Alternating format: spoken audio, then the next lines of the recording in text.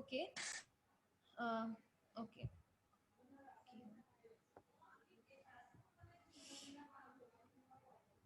Okay, you see, we were in this program. You see, yeah.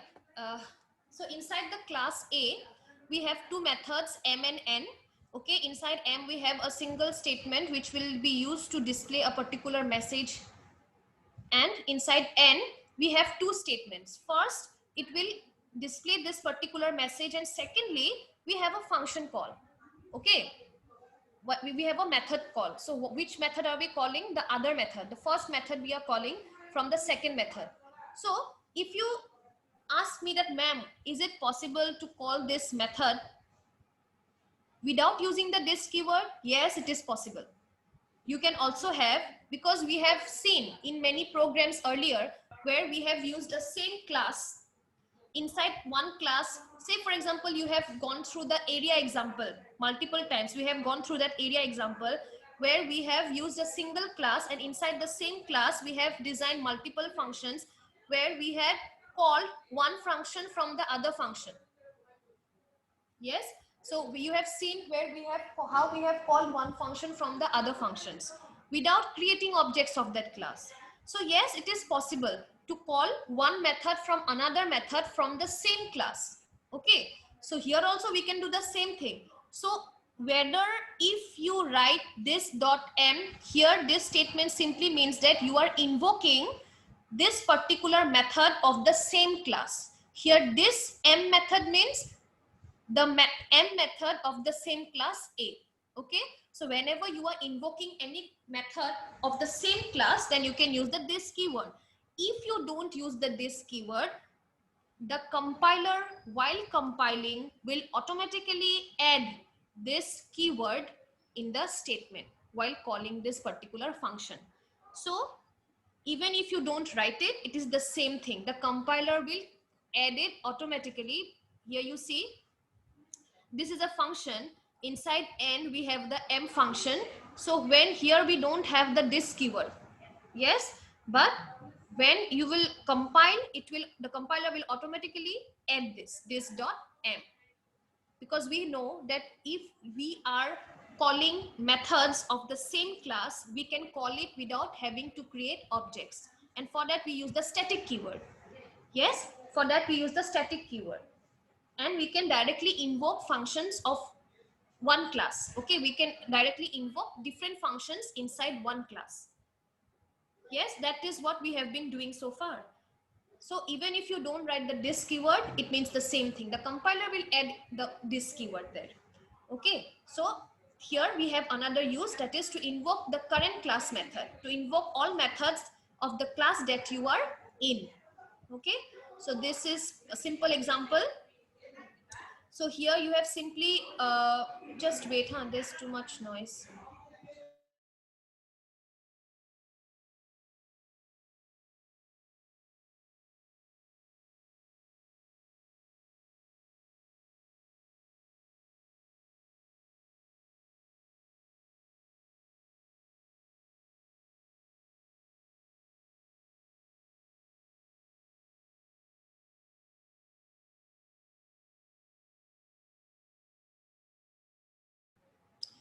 Okay, so here if you see, we have only made one function call. Okay, we have only one function calling statement. The object A will simply call this particular method.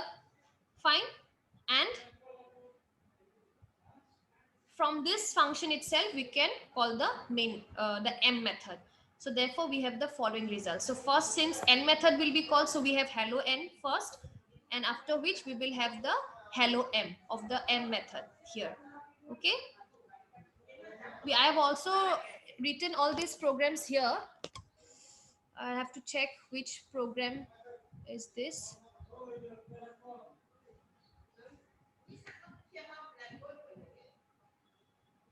Okay, this is the program. So if you want to check it, you can see it here.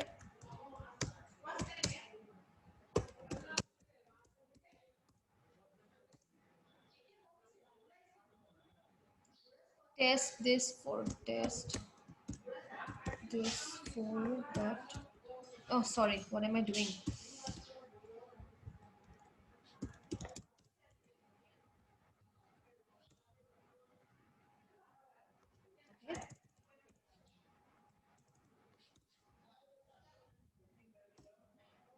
So if you see, you have the same output here.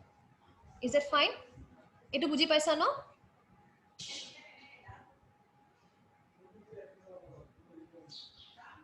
Okay.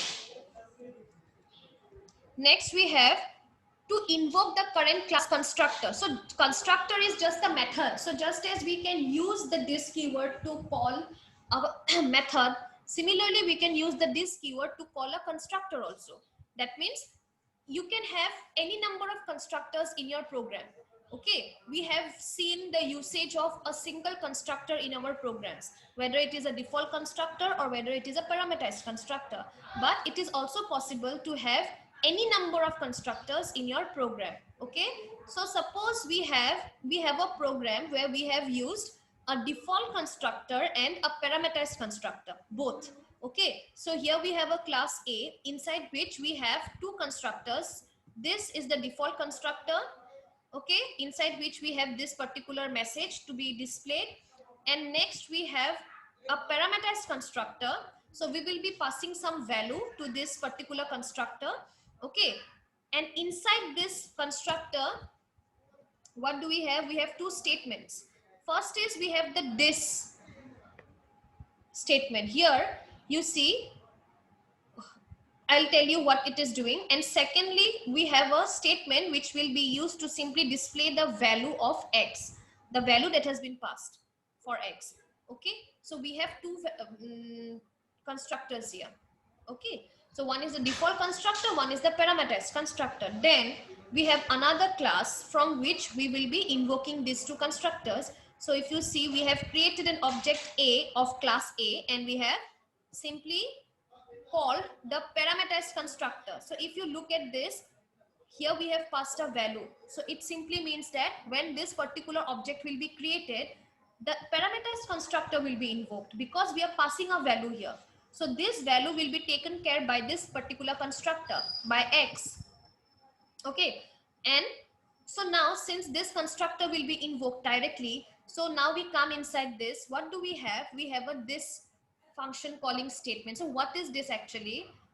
This is a statement which is calling the default constructor.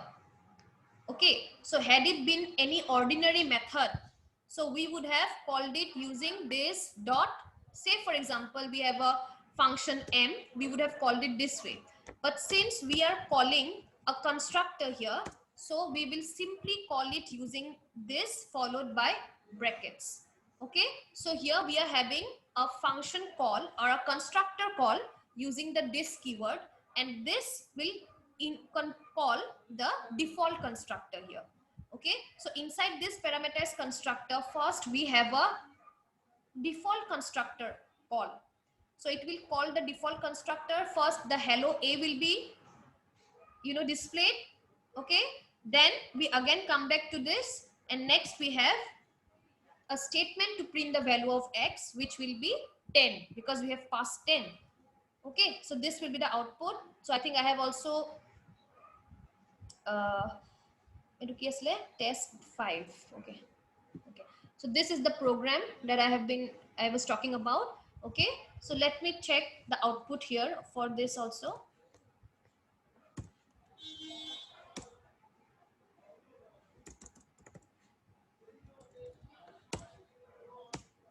See, first hello A was displayed, and hello A was from the default constructor. And then, so although we invoke the parameterized constructor from the main function, but inside the parameterized constructor, we had a function call. We had a call to the default constructor. So first the body of the default constructor will be executed, and then the remaining statements of the parameterized constructor will be executed. And then we have x, 10 for x. Is it clear till here, everyone?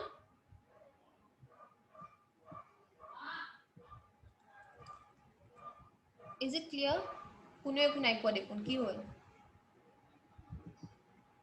Confusion? Yes, ma'am. Clear, ma'am. Yes, ma'am. Rest. Acha, all the students who ma'am. have joined late, the lateral entry students, are you there? Kunba asane? Abhijit is there, and who else? Abhinav is there. Baki bur nai. Okay, anyways, buji asane? Harjit. বুজিছা অকমান Yes, ma'am. অকনমান কি এই আপোনাৰ MNA প্ৰগ্ৰামিংটোত অকমান problem আছে মানে কি প্ৰবলেম আছে কোৱা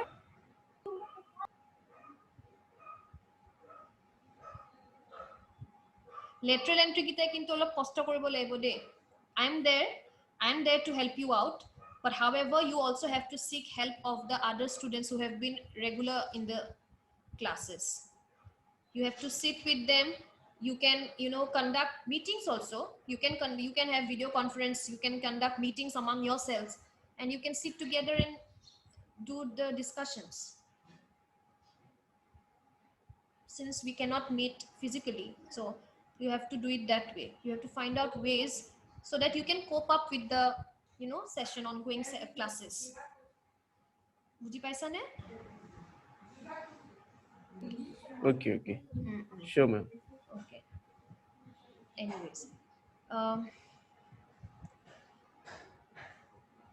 okay now here we looked at an example where we tried to call the default constructor from the parameterized constructor now we will be looking at an example where we will be calling the parameterized constructor from the default constructor so it is the same thing okay you see it is the same thing it is the same program okay I'll directly go to the program here you see it is the same program class A inside which we have two constructors one is the default and one is the parameterized constructor so it is the same inside the second class that is test this 6 we have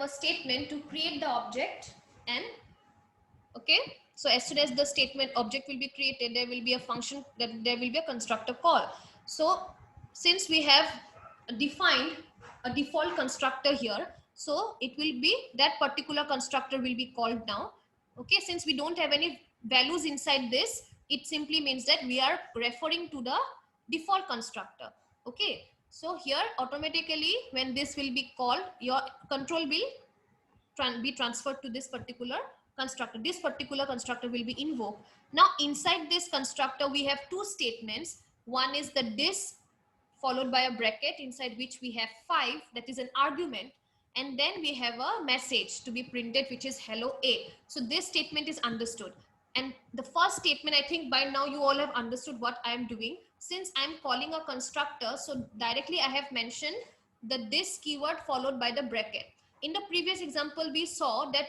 we did not have any parameters inside because we were calling the default constructor using this statement here we are calling the parameterized constructor so you are to pass a parameter you are to pass a value for that and that is why we are passing any value say 5 okay so when this particular so as soon as this object will be created and this particular constructor will be invoked the first thing that will be done is this particular default constructor will invoke the parameterized constructor so first this statement will be executed which is x that means the value of 5 that the 5 will be displayed first again the control goes back to the former constructor then the next statement in the body will be executed okay so these statements will be executed but in a reverse manner so we see how 6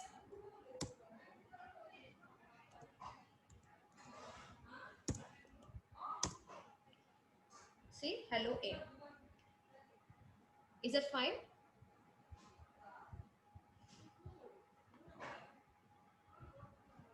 okay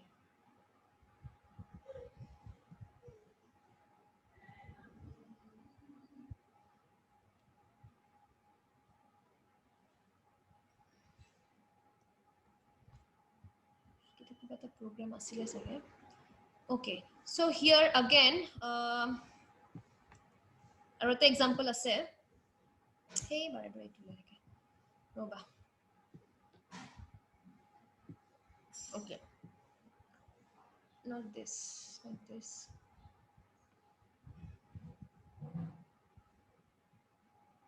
এটা কোনটো program আছিলে okay I have not copy pasted this anyways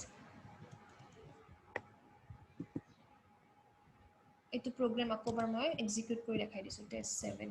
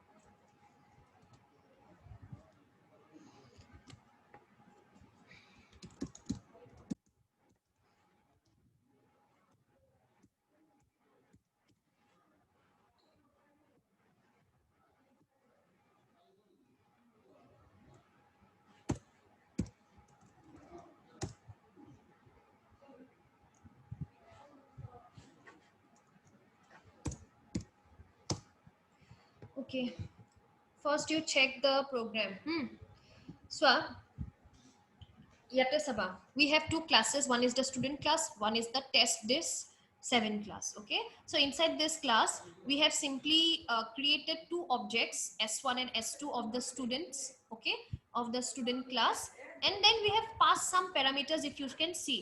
So we are actually when this particular this particular statement will be executed, there will be a call to the parameterized constructor. So it is obvious that we must have a parameterized constructor in our program, okay, because we are passing values through this constructor. And then we have two display statements. One is for displaying the values of student S1, and then for student S2. Okay, so this is very simple.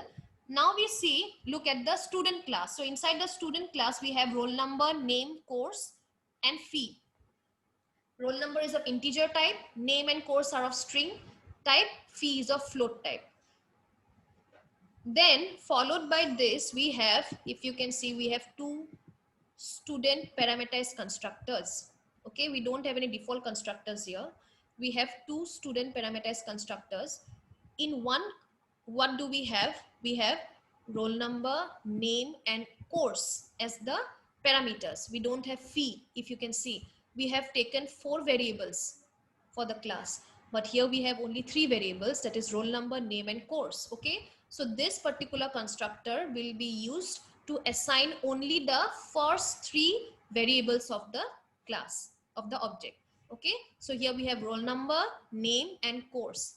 Now first thing that I want you all to notice is, here we have used the same name for the class variables also and for the parameters also.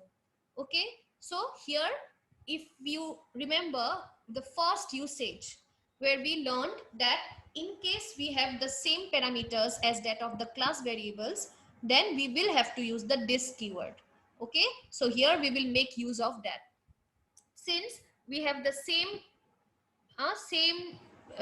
names for the parameters as that of the class variables also, okay, that is why we will be differentiating them using the this keyword.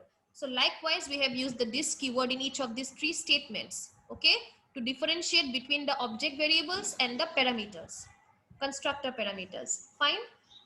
Next parameterized constructor, what do we have? We again have some parameters. Here we have all the 4 parameters, if you can see.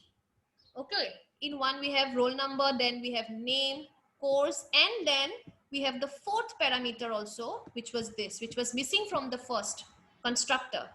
Okay, we have this 4th parameter also, which is the fee. So since here also we are using the same name as that of the class variable, therefore we are using the this keyword here to differentiate between the 2.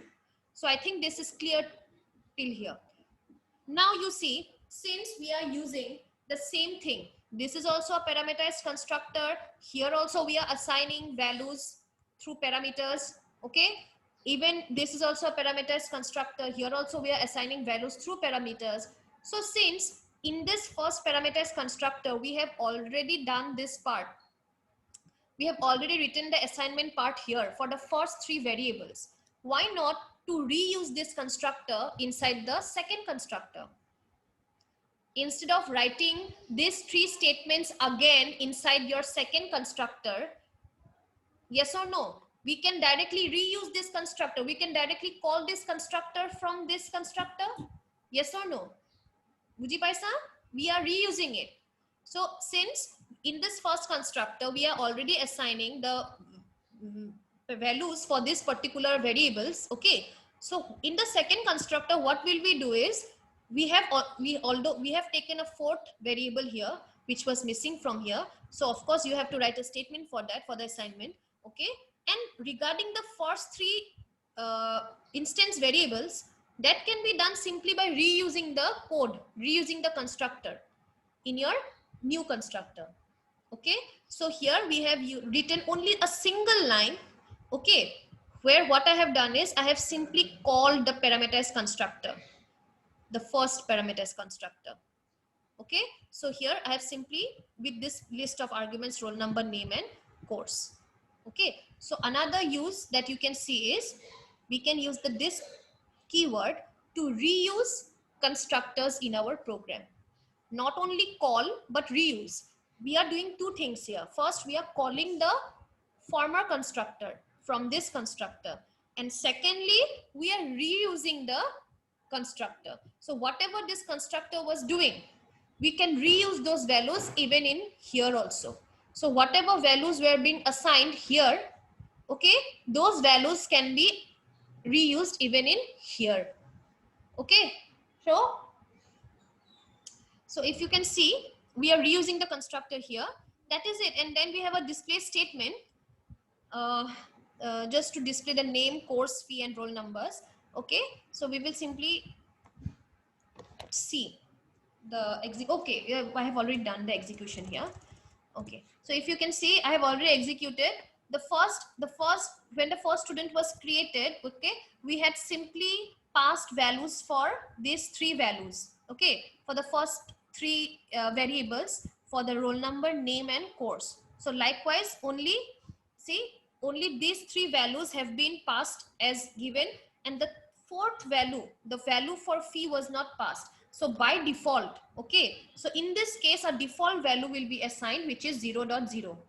Is that fine? Since we were passing the first 3 values only, we did not pass the value for fee. So by default 0.0 will be passed. Okay, it will take a default value for the fee. And in the second case, we are reusing these statements. Okay, we are passing all the 4 values. Okay, so when this particular student will be created, the second constructor will be called, not the first. But after the second constructor is called, inside this we have a function, we have a call to the former constructor. Okay, so this will call the previous constructor, and then we will reuse all the statements inside this constructor accordingly for assignment. So likewise, for roll number, name and course, we have these values, and then we have written a different statement to assign the value for fee, which was 6,000. Okay, so this is the result. Is it clear?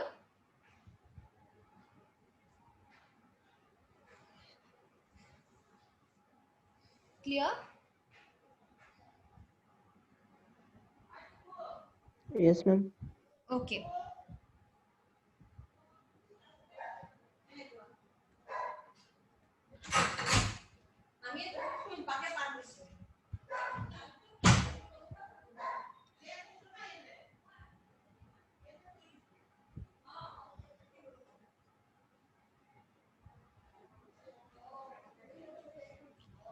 Okay, next. Yalake bujisa no? Kiba kwa, otherwise how will I know?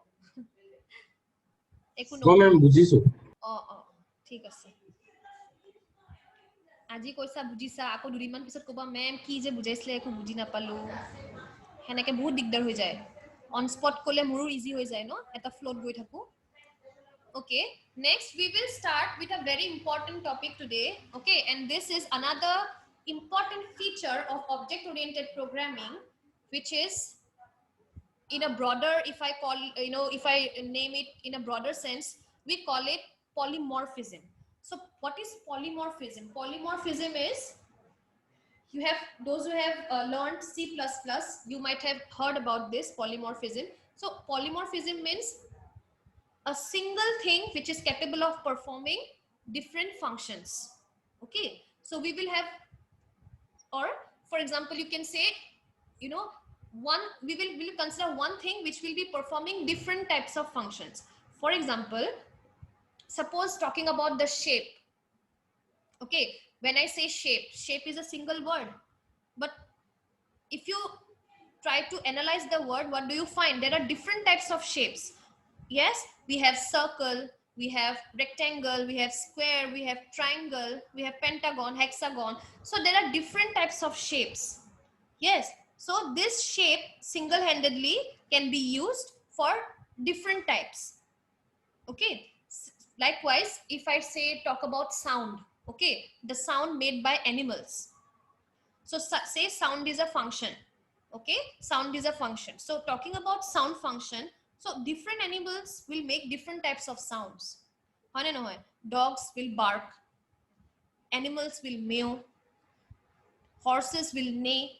Yes, so these are the different types of sounds that different animals will be making.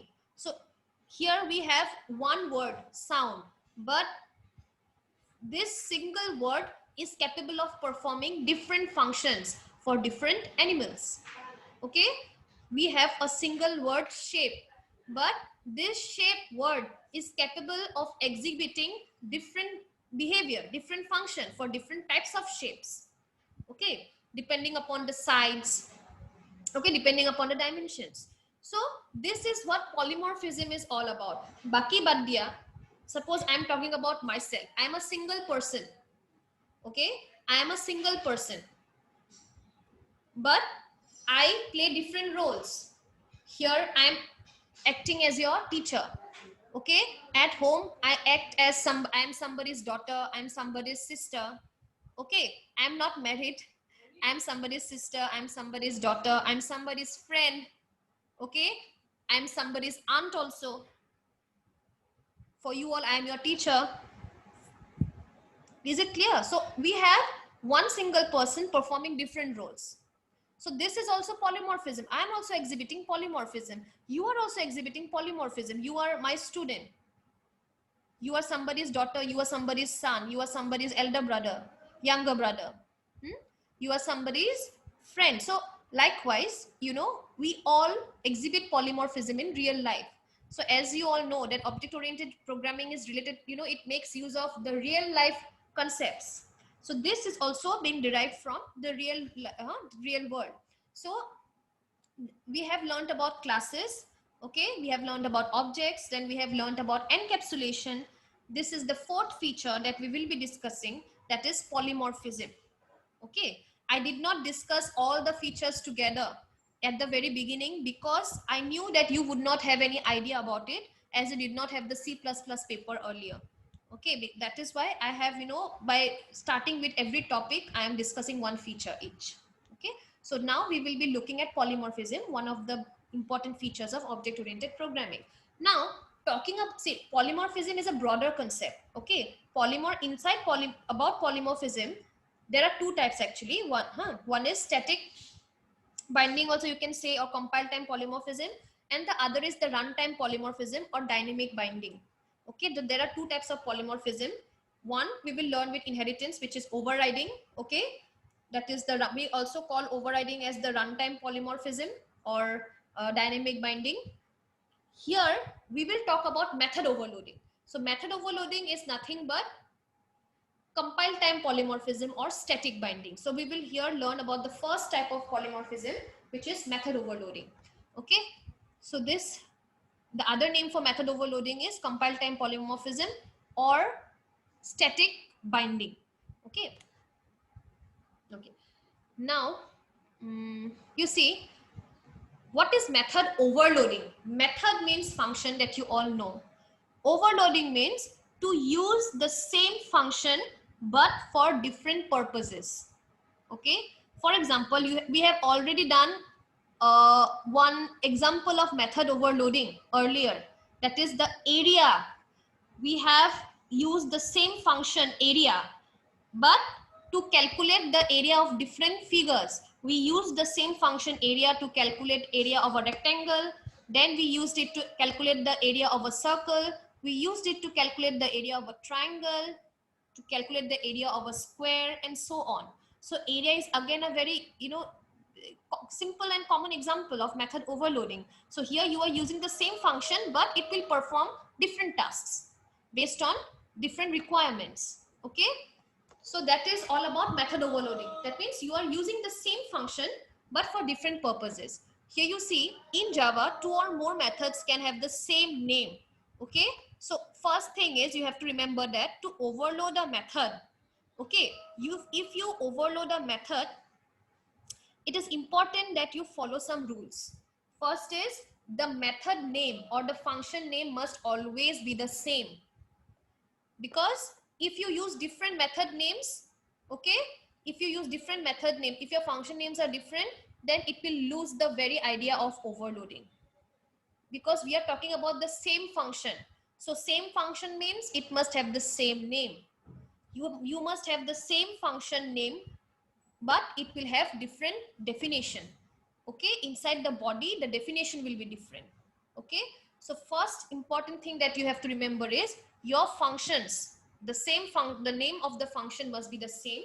Okay, second is regarding the parameters. Okay, regarding the parameters, so the number of arguments that you will use must be different. Okay, and the data types of the arguments that you will use, that must also be different. So difference must lie between the number of arguments that you use and the data types of the arguments that you will be using. But your name, function name has to be the same. Is that fine? Your function name has to be the same. Okay. And regarding return type, you can have different return types also, you can have same return types also. But however, if suppose you have two functions, okay, suppose you have two functions where all your where all your data types of the parameters are same, number of parameters are same, that anyways both the functions will be returning the same type of data. So there, you need not have different return types. Okay, so that is why the three important things that you must remember is to overload any function, that means to reuse a function. Okay, to reuse a function for different purposes, the function name must be same, but parameters list must be different. And by parameters list, I mean the number of parameters that you use must be different, and the data types of the parameters that you use must be different. Okay. Okay. Now you see, we will directly look at one example. Okay. So first we will look at an example where we have overloaded a method by changing the number of arguments. Okay. These are very simple programs. See here, we have one single class. Okay. And one more thing also you have to remember is we mostly perform method overloading inside the same class, meaning we overload methods of the same class. Okay, this can also be done for different classes also. Okay, that means suppose you have two classes, in one class you have one function, and that function you want to overload in another class, that can be also done, but that can be used only in case of inheritance. Okay, that can be done only in case of inheritance. Okay, because in inheritance we will be reusing properties, that we will come later on. Okay, but for the time being, just remember that method overloading is done, okay, only for the functions belonging to the same class. Okay, so here we have only one class, that is method overloading class, inside which we have three different functions. The main function has been declared as public. Fine, the main function has been declared as public. and okay, and the others have been declared as private. So because there's no need, okay, to make this public. Okay, so for privacy issues, for data hiding, we have made it private. Okay, so we have two methods here. If you can see, the return type and the name of the functions are the same, void display and void display. So that is the first point that I said, that your function names must be the same. Okay, so I will be using the same display function, but to display different values. Okay, to display different types of data. So the first display function will be used to display an integer variable, the value of an integer variable a. Okay, and the second will be used to display two values for a and for b. So if you compare the two here, yes, we have performed method overloading. Why?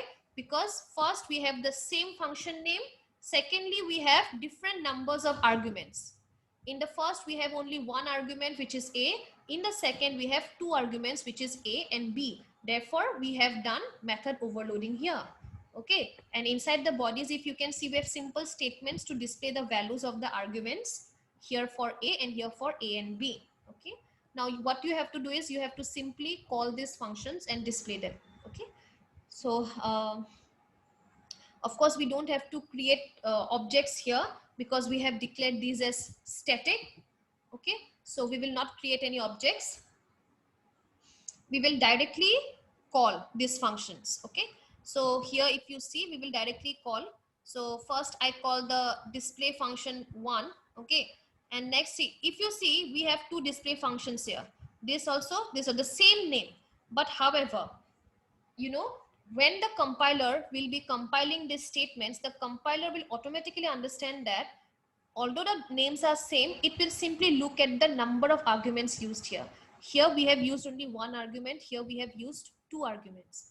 Okay, we have passed two values, here we have passed one value. So by looking at the argument list, the compiler will understand which display function has been called, whether the first display function with one argument has been called, or the first display function with the two arguments has been called. So here, as it is clear that we are passing only one value, so it is obvious that the first display function is called. So the compiler will automatically understand during the compile time itself that which display function has been called by looking at the list of arguments. Okay, so that is why method overloading is called compile time polymorphism or static binding. Static binding means when this function will be called, the binding of this function call is done with the function definition at compile time itself. Okay, so when during the compile time itself, the binding of this particular function call will be done with this function definition at compile time. That is why we call it static binding or compile time polymorphism. Have you understood?